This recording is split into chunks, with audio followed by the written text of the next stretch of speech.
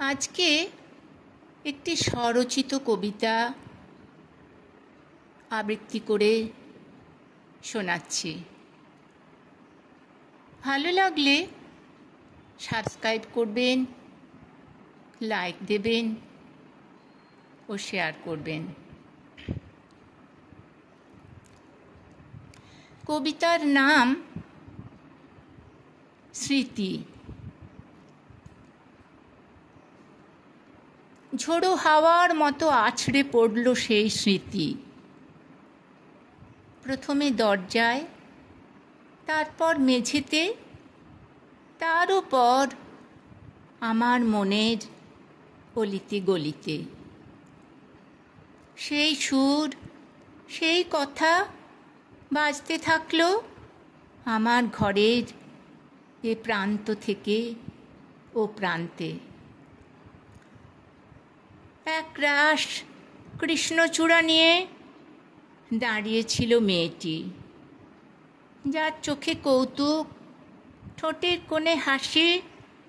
সে দাঁড়িয়েছিল একাকী।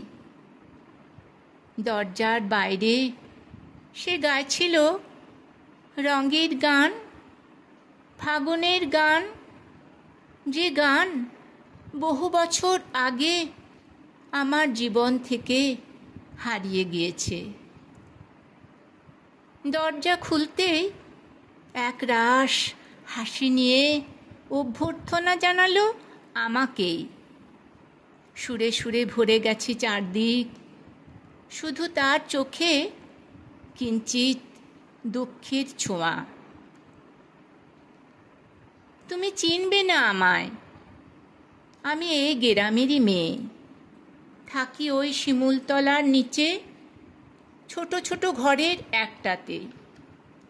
বড় অভাগ্য দিদি আমার, কিছু সাহায্য করতে পারো কি তুমি আমায়? আমি অবাক হয়ে চেয়ে রইলেম তার দিকে। আমি তো তোমার কাছে ঋণী। আমার বহুদিনের ফেলে আসা রঙিন সুরভিত স্মৃতিকে ফিরিয়ে এনে দিয়েছ তুমি। যার কণ্ঠে এমন সুরের মূর্ছনা, তার অভাব কিসের? আমি আঁচল পেতে দাঁড়ালেম তার সামনে। একটা একটা করে কৃষ্ণচূড়ার পাপড়ি খসে পড়ল আমার আঁচলে। সত্যি তাকে দেওয়া কতকগুলো কাগজের নোট ছিল সে তুলনায় তুচ্ছ।